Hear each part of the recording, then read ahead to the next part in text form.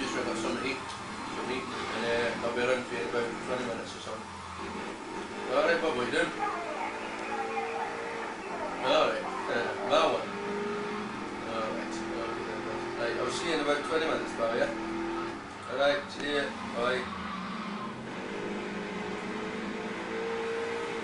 Jesus.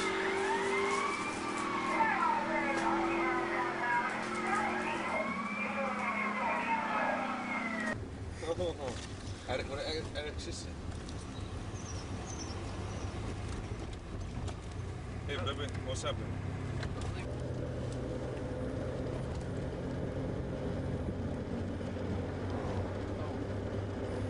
My name's Lee Knowles, 25, and I write, well, sing and play guitar. Yeah, obviously not as, yeah, but he's not as used to it as we are. He's here, bless him. Are you okay? My name is Lee McGowan. I'm 20, nearly 21, and I play bass with the Sound of Band.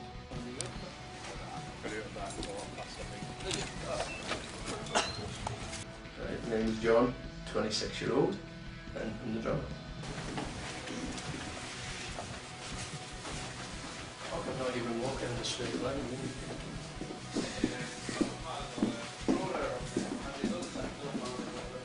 I got started, well, Lee, lead singer, he played in a band called Maine for a few years, and they went their separate ways for various reasons, and he wanted to start another band. I know, well, the lads from Maine went on holiday and they met John on holiday, so he was always coming down. How did Toff get on yesterday? And met some people from Normanton, and basically got Pally, kept in touch, and come down for weekends on the piss, and got to know Lee Knowles. And he always used to say to me, "If you're going to start another band, I'll come and drum for you." Which I didn't think he was serious, because he lived in Scotland. When Lee, that's through me the band as well, he came to see us once. And he said he just wanted to see the effort, so I got to know Lee that way, and I know he had a bass. So it just all started like that. That other band split up, then I phoned John up and just said to him, well, if you want to drum, come down. So John up and left Scotland and moved down, at which point I had a bass guitar, but I've never actually, I only messed about with it and really played in my bedroom and doing fuck all really. And then we were after the bassist, and then I just thought, leave. So I went round, tried a few things, and well, so. And he just turned up one day, rang me up, picked me up at my mate's, it was great. Took me to my house, got my guitar out, had a play about it, it was great, playing bass. So it's all started from there really, just over space for a couple of weeks. Starting up on the internet, like, got a few orders. It was not in Robin Hood, sitting in Robin Hood for like about 2 months trying to think of names, and I think it was something sound, I was saying. I want to be called The Divide. So that's the word. I think we called Decoy for a bit. That was the start off with. And we were throwing some other names about sound or something. It was starting We actually started out with 4 members. Another guitarist. It was just somebody that moved down with John. Not really. Don't switch that switch on, damn it. Which one? He came down, he was one of John's mates, and he came down to play guitar with band, and it turned out to be a Latin cheating, swindling wanker, so we got rid. And I don't know, it's a good job we did leave really, because we wouldn't have been the band we are today. Because now we're a 3-piece, we've developed more into that.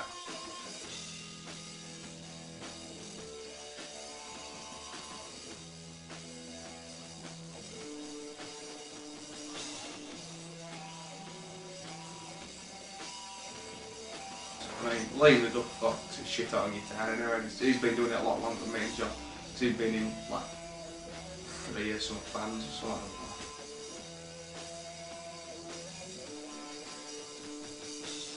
Brilliant guitarist, brilliant vocals, unlimited to what he can do, you know, I mean, he can do anything, really, so yeah, it was great, and so it was getting better.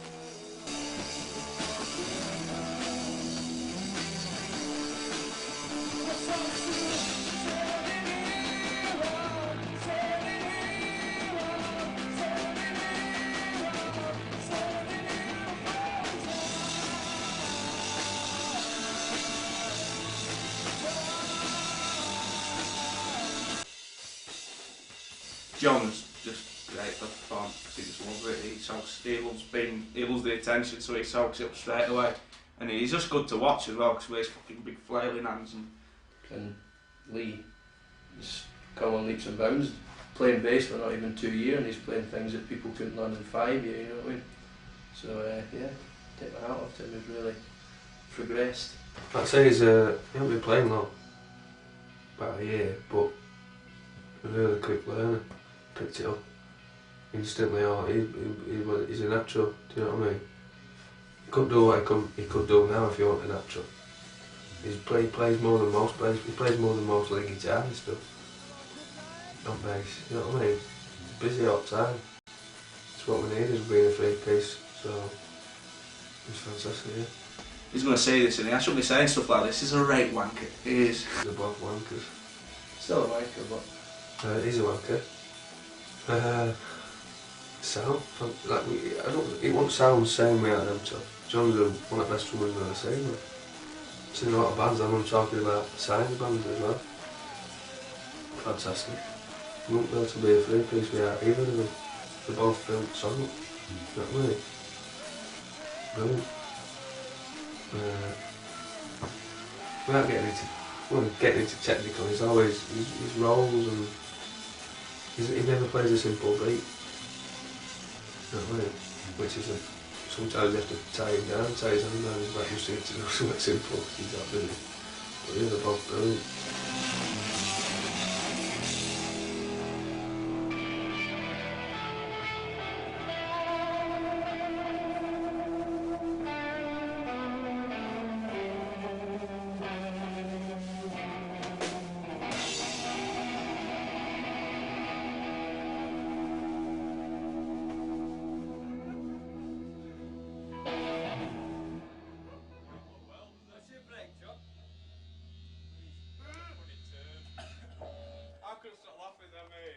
For influences, it'd be The Who for drumming wise for Keith Moon. So I base myself on when I play drums.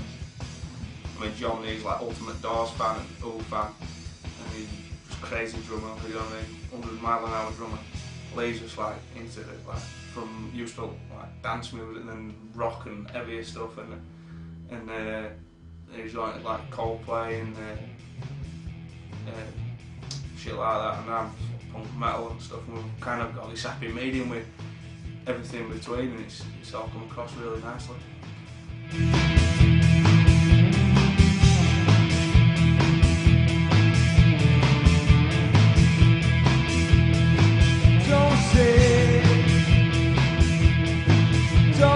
All sorts, Led Zeppelin, starting with old, like Led Zeppelin, Beatles, Rolling Stones a little bit, Oasis, Supergrass, Verve, Audio Slave, Muse, Black Rebel Motorcycle Club. I just like all music, really.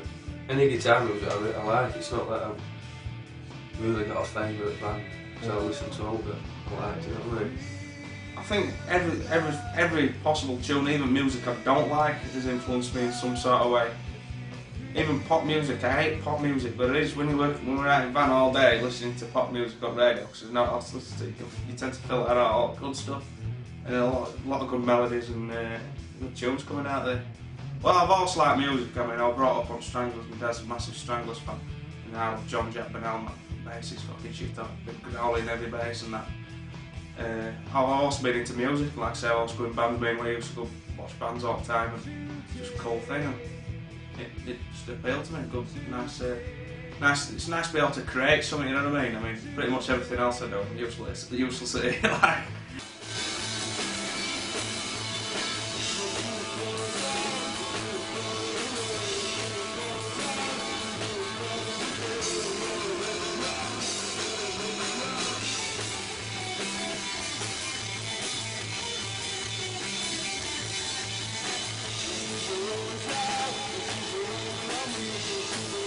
It's enjoyment, isn't it?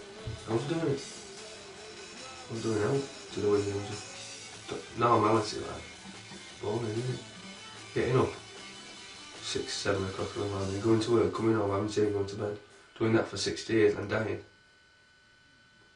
not that interesting. I think it's a bit dull. Doesn't really interest me.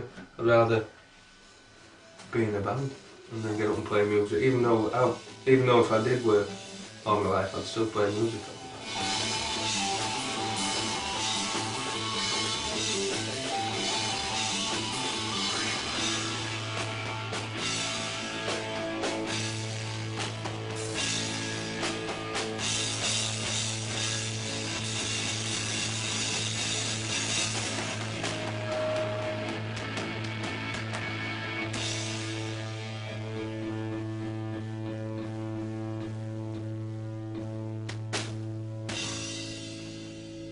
With me, people used to come and watch us for his covers.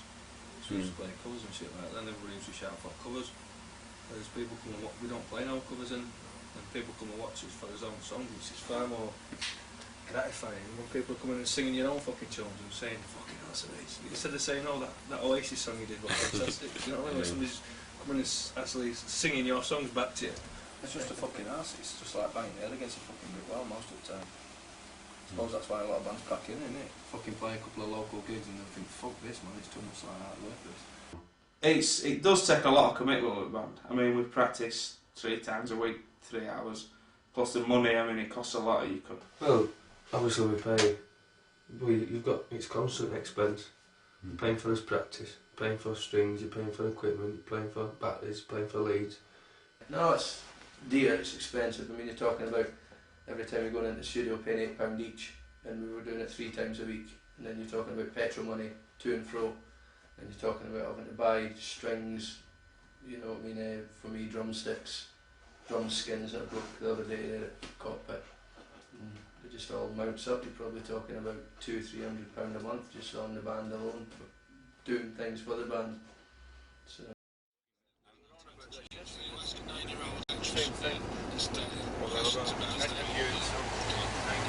All 3 of us work at the same place and none of us give a fuck about his job. That can go and take a flying leap. But if they think any time we get refused holidays or anything like that, when we need to do something with band, whether it's a gig or whatever, the band comes first, work comes about 42nd. I mean, eating cheese slices in front of my work in priority, because it's shit. But it pays us wages and basically we don't turn up half the time anyway, so it doesn't really matter. Work's bullshit. It's monkey work really. I mean, it's an alright job. I mean, we get away with a lot of stuff and people there are alright, but it's just shit. And you're working all day, you never know when you're going to get home, you expect too much and you don't get paid enough. But I suppose that's like every other person on this planet. I mean, there's not many people out there who really enjoy the job.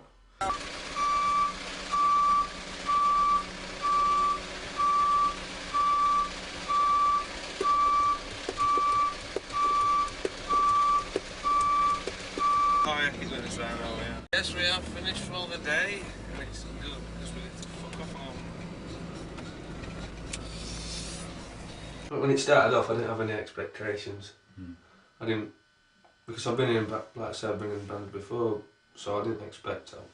And whereas Lee couldn't really play when we first started, and I didn't know how good John was, so I never had any expectations. We just did it, and I didn't think out, but it's exceeded what I had. The little ones I had, so yeah, it sounds, yeah. Just wanted to play loads of gigs and make a bit of money and be seen, basically. At first it was, I wasn't even thinking about what was going to happen in the future. I would just join a band, yeah, cool, I'd love to do that. But more and more we progress and more things crop up, like with bigger gigs we're playing. I mean, at first I didn't mind, we've been playing local pubs and clubs, but we're not. We've played, like Cockpit before, and like I say, playing Clarence Park Festival, and now we've got like people coming to producers. It's all just seeming more and more likely, and getting more like we're actually going to make some of it. So it's turned from an hobby with this at first a sense that I would like to carry on with further, but now it's turned into like a career basically. So that's what we're putting all his efforts into.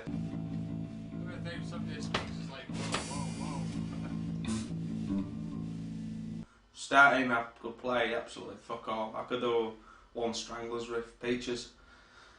That was it. And from first song we learnt Black Eyes with Sound Divide. We won't call it Sound Divide, I wouldn't even have a name, but it's just from in space of what, year and a half now I've gone from someone who's known how to play one riff to playing in front of hundreds of people, playing at a small festival in Wakefield, Clarence Park, and like, must have been at least fucking 800 people there to 1,000, and it's just amazing. No, by the time we get there, we have for the sound check in there. So that burn will probably sound check first, then we'll sound check last, and then that'll be about 6:30. If you'd have told me, when we first started, if you'd have asked me if I'd have been happy with where we are now, I'd have said yeah. But obviously now I'm here, I'm not.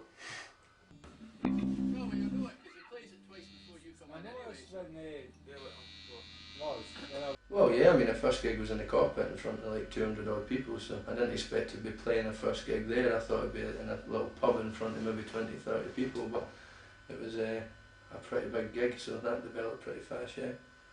And it's had a quiet spell, like, recently, but it's going to get back on top very soon.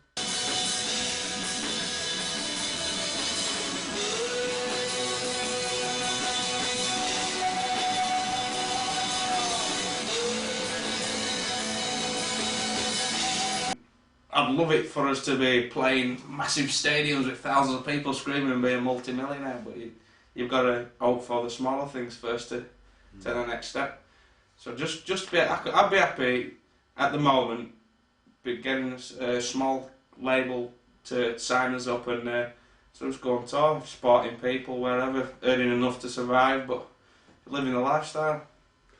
But being in a band, making music all day, every day, recording albums, going on tour, seeing world, I don't know why.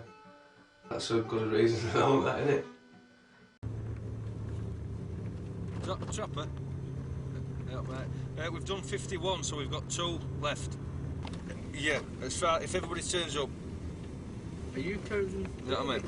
Yes, are you counting like your dad and David? Yeah, it's covered all them things.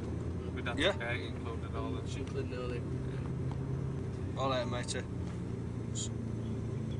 Yeah, we just took it nice and easy, just went through set like, and we're all a bit fucked, but get home early and get fresh for tomorrow. Lee, do we need some no strings? Yeah. Yeah. That's it, mate, yeah. See you later, buddy, bye. He heard us play a few times in his life, what he heard, so he decided to help us. Basically just get his connections. I mean, that boy gives me free drum stuff, you know, Pete's got in with him and I've got stuff for my drums.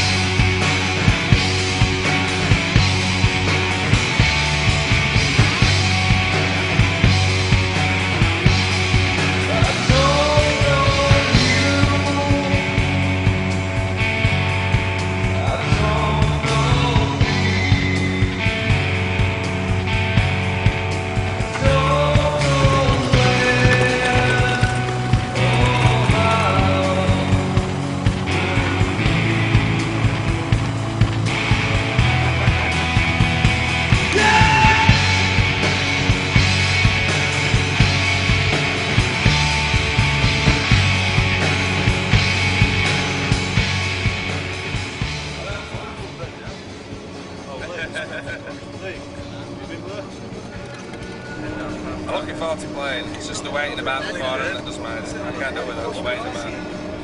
Because you sat there, everyone's getting arsed, and I'm thinking, why am I getting arsed? And I was thinking, look, mate, I'm going to wait another 2 hours before I can even have a beer.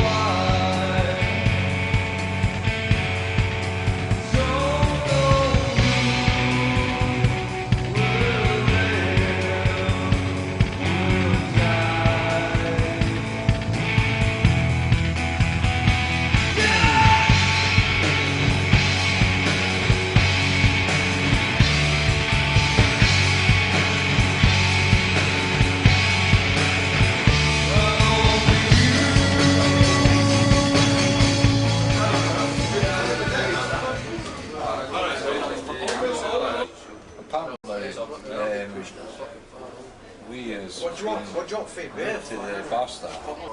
They're to cancel the gig.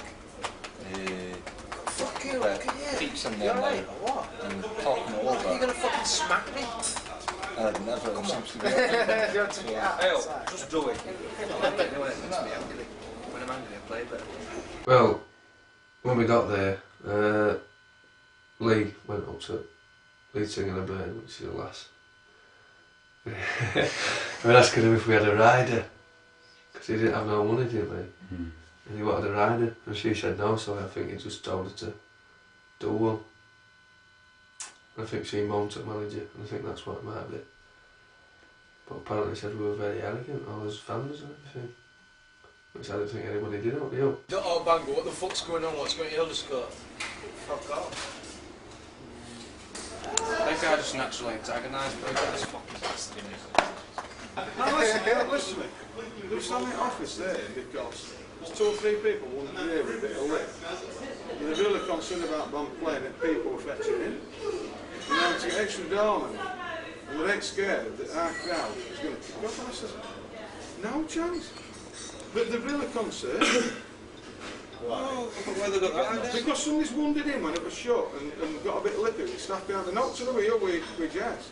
Oh, them 2 lads who came in earlier, they Oh, fucked off. They just come in and started asking everyone if they wanted a game of the table. They're not 2 wheels. Isn't it? What 2 lads? The 2 lads who came in Come earlier. here. Come here now. You better go yoga. It started as soon as we went in for a sound check. There was a couple of lads in there who weren't with us, but they were speaking to us, and like Richard, my cousin, got speaking to them, and it was something to do with that. They thought that the people in the bar staff thought they were with us, but they were causing trouble or something. So straight away they thought, oh, the crowd's going to be rowdy, and then I think it was Lee whinging about not getting free beer to the other band.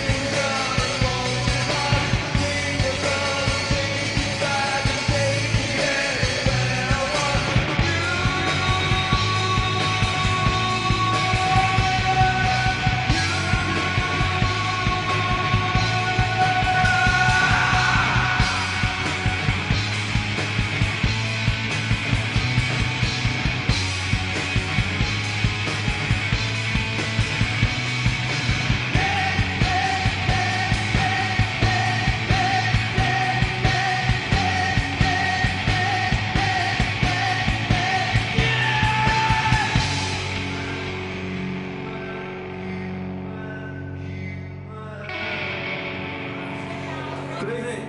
Is anybody? There's loads of room up front, so come on. This one's called This Is the Last.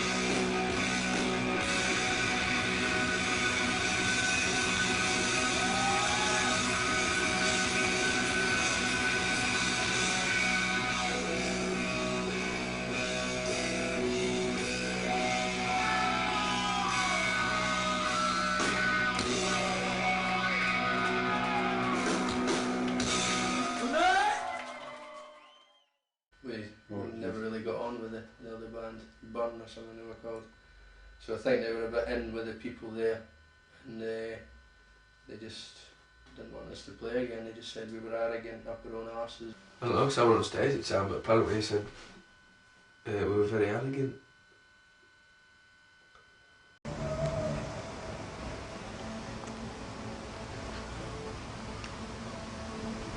So, I have a fucking full house tonight.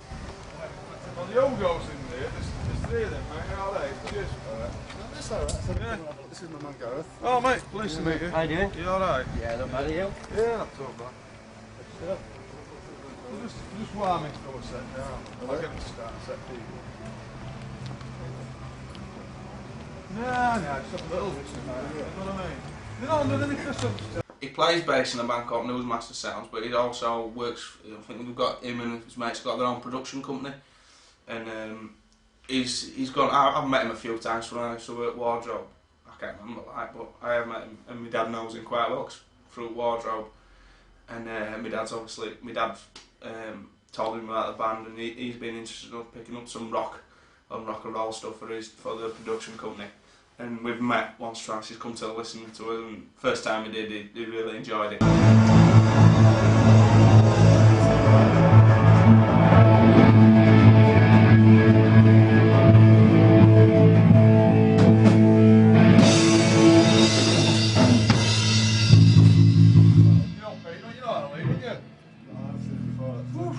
Oh, dear, guys. Hey, get a drink in now. How you doing, guys? That's All right? Yeah, nice one. Let's look for a quick piss. We've been here before. I like it. We've got 3 down here. We've got another one upstairs. How many got like 4 on? I think they're doing another one now. We should get us So on that the studios up there. Definitely. But they live up here, so everything's sound, you know what I mean? Yeah, They live up top, big I flat. didn't even know it existed. He's only been playing bass, just over there. Good on you. That sounded nice when it was coming down there. Yeah, It's all nice. Nice to walking on a bit of energy, it's alright. Shagging that. Are you going 3 seconds? Right, it's inside.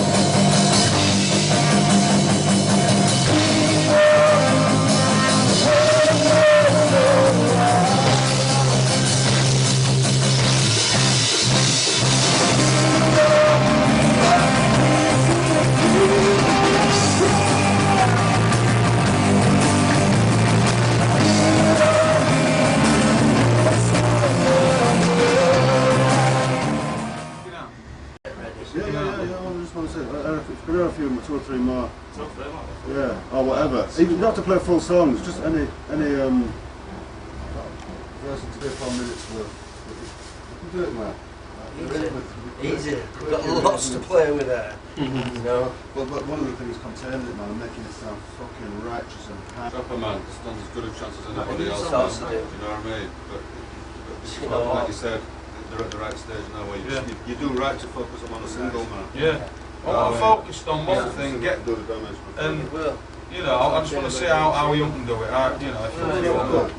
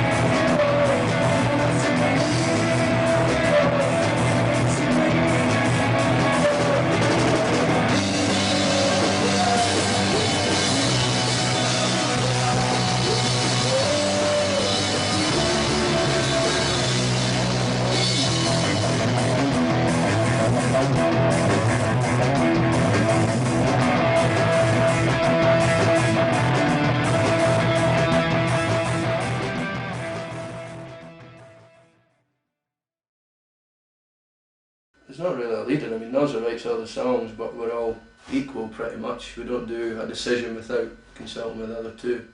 You know, one of us doesn't say, oh, we're doing this without me, Lee, or me, Nozza, or Nozza and Lee agreeing. Nozza obviously starts it. He writes the lyrics down, he has a little riff, and then he'll come in the studio and he'll try that out, and then I'll basically put a little beat on, and then Lee will put a bit of bass, and we'll go for there, we'll jam along to that little tune, and then he'll try to put lyrics over it, maybe change it, change a chord, or whatever.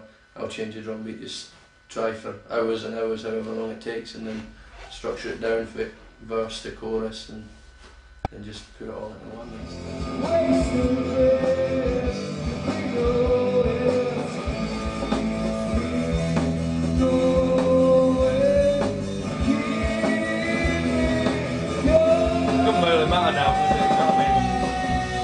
Well, I basically come up with bounds of song, lyrics, melody, chords, and how it's structured to a certain degree. And we just take it in the studio and show them chords. We'll work a bass line out, John works his drums out.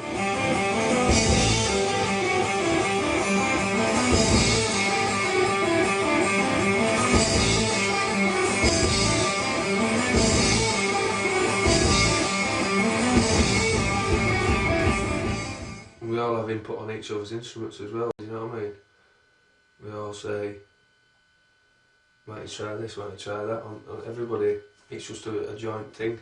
After the song's been written, and I've written it and stuff, we actually making the song into a full band song is a very, very joint thing, you know what I mean, between all three of us. If we don't like something, somebody will say something, you know what I mean? But not in a bad way, not like, oh, that's crap. We don't like, we just say, well, let's just try something else, and just keep trying it until it works. Different things till they work.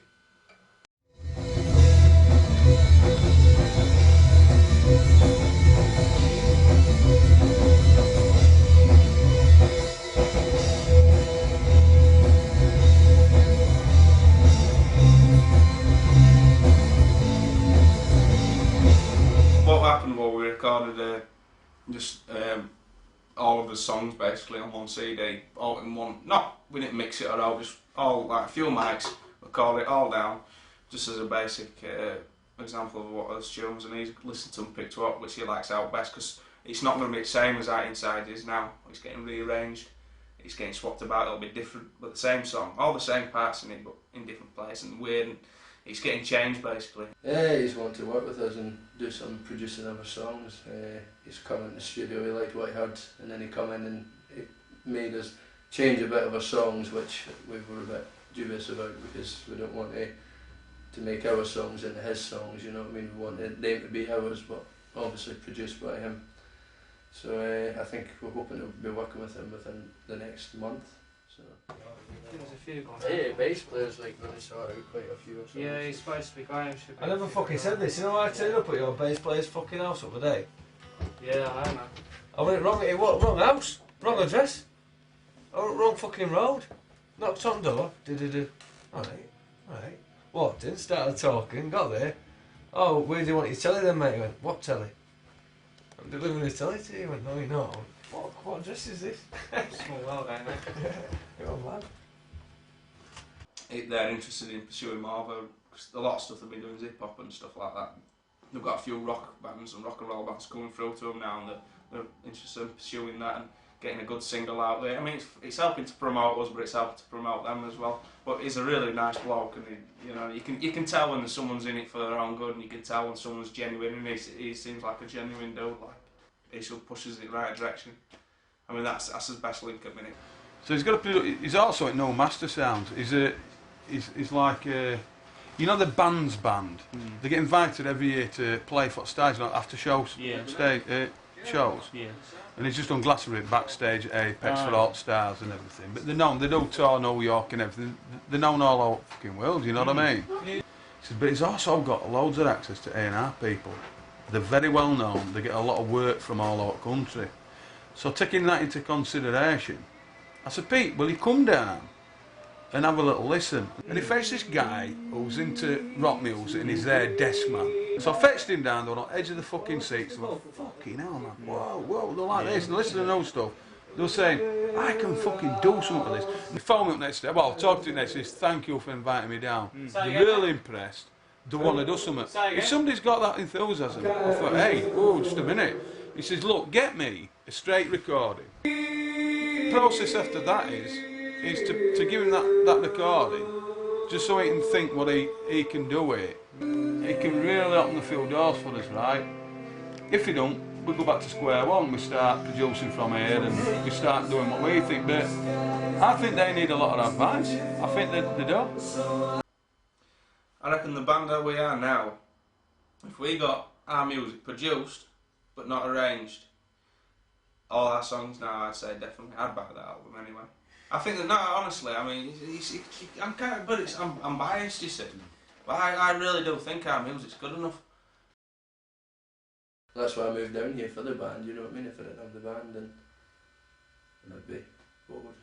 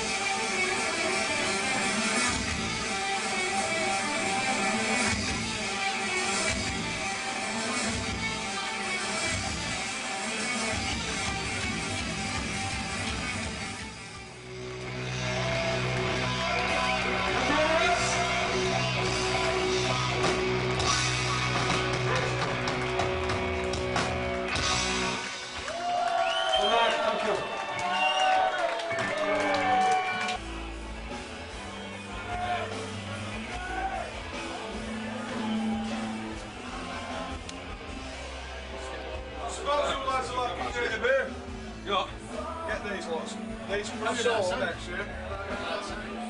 No, you know, like, listen, they were varied at times, but they were good. You know what I mean? They were good, they were enough. Everybody got music people. Yeah, bands for people from bands, you know what I mean? You can't knock that, that's fun. It didn't go so good, it wasn't. I think the sound was pretty crap up on stage. It maybe sounded good for the audience, but like actually up there I couldn't hear Lee playing his guitar. His vocals were very low to me and all I could hear was bass. So it didn't sound good up on stage, and we did make a couple of fuck ups, so it wasn't nowhere near as good as Fibbers. But it's like a bad place for us, the Wardrobe. We've played there twice now and we've not really had our best gigs. So everybody has bad gigs. Might have just been a bad gig. No, it was just a fucking, I don't know, a couple of fuck ups and that. Not really anyone else had noticed, he just kind of gave me a monk on about it, to be honest. I mean, when we played at Wardrobe, a couple of times, it's the one couple of songs, I some reason I get this like jelly fingers where I couldn't play. I mean, it wasn't all really bad, it was just a few little slip ups and stuff. I could have done better. It's just nerves that do it. I need to get over it. It's in my own head really. It kind of prevents me from playing as well as I could. You know, like me, I know what I should be playing, and the others know what I should be playing. They just don't do what they're told. But it were alright. It wasn't bad, but it wasn't as best as I could have played. We still came across playing pretty well. Everyone seemed to think so. It's just how you feel that day. Sometimes you play bad, sometimes you play well. It's just how it is, isn't it? Same result. Clarence Park, well, it's a thing they do every year, and it's for unsigned bands and the local effort for music. And you enter really, send in your CD and your profile, like a bit of a blurb about yourself and the band, where you come from. And they sent back saying we didn't get it. We didn't get the gig initially. I phoned Guy up and said, why didn't we get a gig? And he said, well, he'd give me that explanation. And I said, well, if you're having any more, or you want us to do anything, you know, say have warm-up gigs, I said, just give us a ring and we'll do it. Then they rang us up again one night to inform us that we were playing like a warm-up gig for Clarence Park Festival at Snooty Fox. Hi, is that Helen? Hi, it's Lee from Sound Divide. I'm not bad, here. Good. Yeah, I've just got it, yeah. We can do it, yeah. Well, at 6 o'clock, there's 3 bands on, we'll wait first band on. At 8 o'clock, and we've got a 40-minute set. Where that? Snooty Fox. Where's that then? Yeah, nice. Did she mention about the festival? Oh, she says, you know, you're down in case anybody drops out, and he goes, well, I hope somebody drops out then. She says, yeah, just keep your fingers crossed. Do we know any bands we can fucking scupper? Or play? No, I haven't kidnapped somebody, couldn't we? No, just smash them on hands or something so they can't play guitar. Fucking hell, there's something in it. Basically, we were shortlisted down to if somebody dropped out, then we would have got to play. And by chance, somebody dropped out at one of the warm-up gigs at Snooty Fox, and we played, and the actual organisers were there. So I think it was a lot of head nipping by Noza. After that, they offered us a spot on the stage. We ended up playing second to headline on the Saturday, which was really good, I thought, from not being able to play at all to play second to top. I thought, it was a bit of a surprise really, because I didn't think we were going to get it at all. All of a sudden we were playing Clarence Park.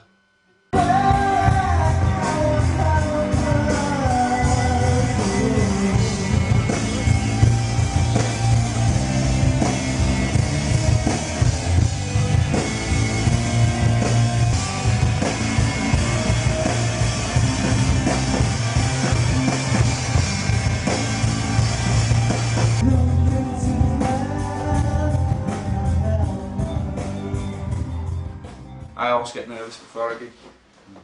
I have twisted stomach pains and checks and stuff, but it's something you get used to. I mean, some nights I go on stage and I don't even think about it. I go on and I play, and it's fine. Some nights I'm nervous before I get on stage, I'm shit hot, and some nights I don't give a fuck before I'm going to get on stage and I'm shitting myself. It's really strange. I think it's more frame of mind than all else. It's psychological. I kind of work myself up, but before I do, we mainly have a bit of a ritual that gives me a slapping out face. No, not really. Never really have. Not nervous, just not worrying, but thinking, just wanting everything to go right. Not nervous about getting up in front of people or worrying or things like that. It's just basically, like I've said, just wanting to make sure that we go through all our set and there's no fuck ups and we play well and everybody enjoys it. So there's no nerves really. I just like to entertain. Just anxious. Just get, cause there's a lot of waiting about, you know what I mean? You turn up, you do your sound check. You can't have a drink. You can have a few, but you can't have many because you don't want to be pissed at it when you're doing it.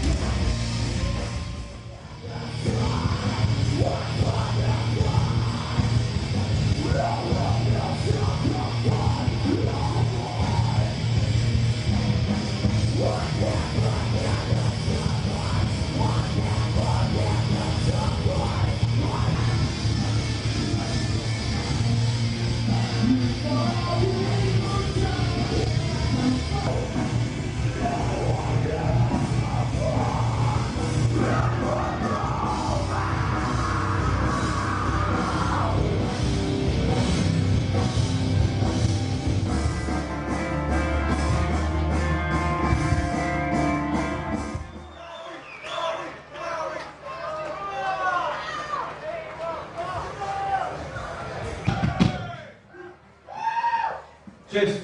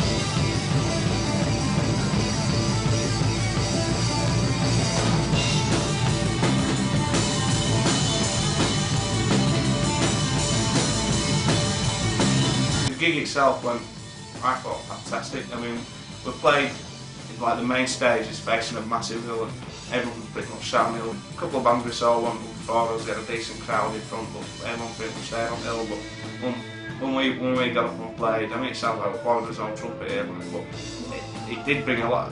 So by second song, like majority of people got off the hill and came down to the front. So by the time we finished the set, being front of the main stage, we packed it. We're evening, and we got a good reception, and we cheered very loudly.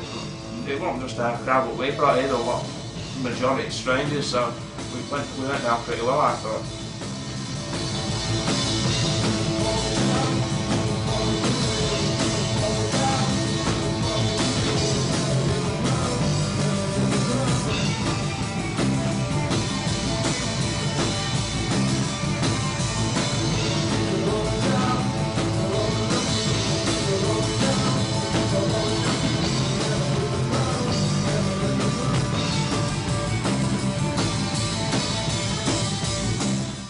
It went really good.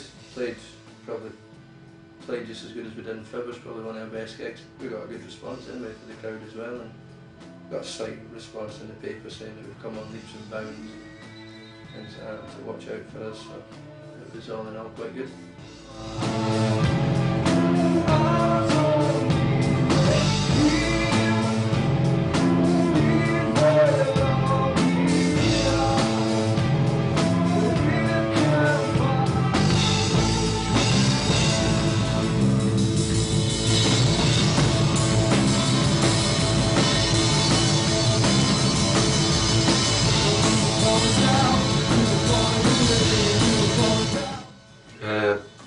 Sounded good out on stage. I think it sounded good out off stage. We ended up with more people at end at set than what we had at the beginning. We stood up front watching. So it was brilliant. One of the best I've done with this band. Fantastic.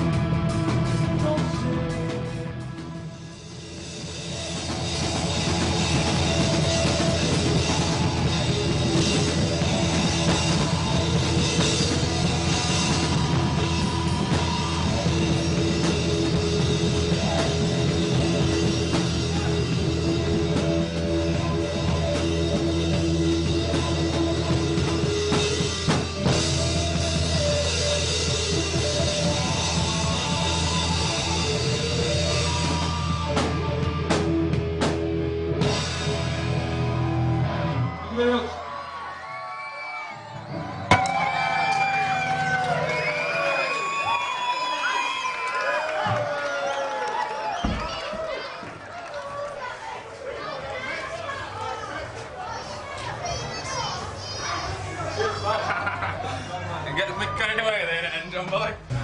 Seems to be fucking shit up. It's weird, man. It don't sound like it does inside. It sounds completely different, but we played all right shit and everyone cheered at end, so that's what we're looking for.